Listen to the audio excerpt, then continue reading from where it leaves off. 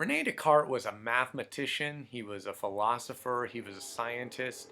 I think he's really worth looking at in the context of the Northern Renaissance because, as much as Leonardo da Vinci was for the Italian Renaissance, he's just such a shining example of what a Renaissance man, which was the term for people who were very well rounded, knew a lot about many different subjects, and had many different interests. He's a really just one of the best examples of someone who could really have only come along in this time. So he was born into quasi nobility. His father was a counselor in parliament. His mother died when he was 1 year old, and he was a puny child, not expected to live very long. And I think this kind of led him to, over the years, be very concerned with his health, be very interested in anatomy. He kind of became a quasi vegetarian as a consequence. So he's trained in law. He studies to become a lawyer. He gets his law degree in 1616, but then 2 years later, he goes to the Netherlands where he spends 15 months studying mathematics and military architecture. So from there, he goes from 1619 through 1628. So over about 9 years, he spends his time traveling all across Europe, just devoting himself wholeheartedly to intellectual pursuits. During this time, he invents analytic geometry, which is a subject in which it's a method in which the algebraic symbols and methods are used to solve geometry's problems.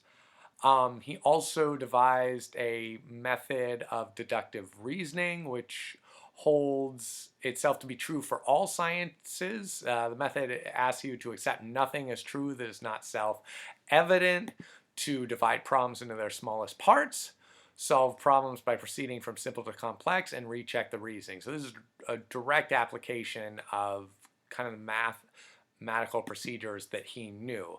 He was very interesting figure. He lived alone and in seclusion. He fathered a child who died when she was 5 years old. It absolutely broke his heart. He moved constantly. He practiced medicine without proper sanction to do so. He was a big believer in the power of science.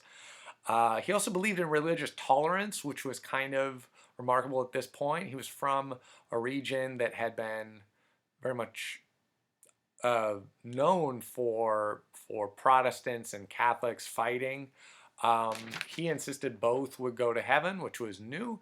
He also came up with some really interesting thoughts about the philosophy of the mind and just the philosophy of empiricism, what you can know. His idea, his insight was that your ears, your eyes, your nose, any of those can deceive you. The devil could be out there trying to meddle with your perceptions of the world. But the one thing you know for sure is that you exist because of your mind. So he famously said, "I think, therefore I am." That's something that you might hear, not even necessarily in a philosophical or scientific context. It's a very famous saying. It's a very famous philosophical proposition, and it goes back to Descartes. So he also talked about, kind of as a corollary of that, mind-body dualism, talking about how the brain and the body interact. This led into some kind of hideous positions. He thought that you could mistreat animals, as it happens, because they don't have souls. But he had this whole idea about the way that the soul and the brain interact through a gland. Now, pretty interestingly, he was challenged at that time by Princess Elizabeth of Bohemia, who wrote to him and said, a lot of this just doesn't make sense. So, like, how would the non-physical act on the physical? And he really didn't have an answer. And long term, Princess Elizabeth of Bohemia was kind of proven right. Descartes was wrong there, but he cast such an influence there, as in many other realms. He's still such an important figure today for his thinking on math, science, philosophy, and so forth.